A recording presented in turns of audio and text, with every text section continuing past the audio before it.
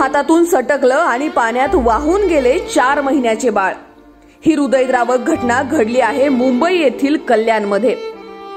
मुंबईत मुसळधार पावसाने मुंबईकरांची तारांबळ उडवून दिली आहे। त्यामुळे अनेक ठिकाणी लोकल सेवा ठप्प झाली आहे। त्यातच अंबरनाथ लोकल बंद पडल्यामुळे मोठी दुर्घटना घडली आहे।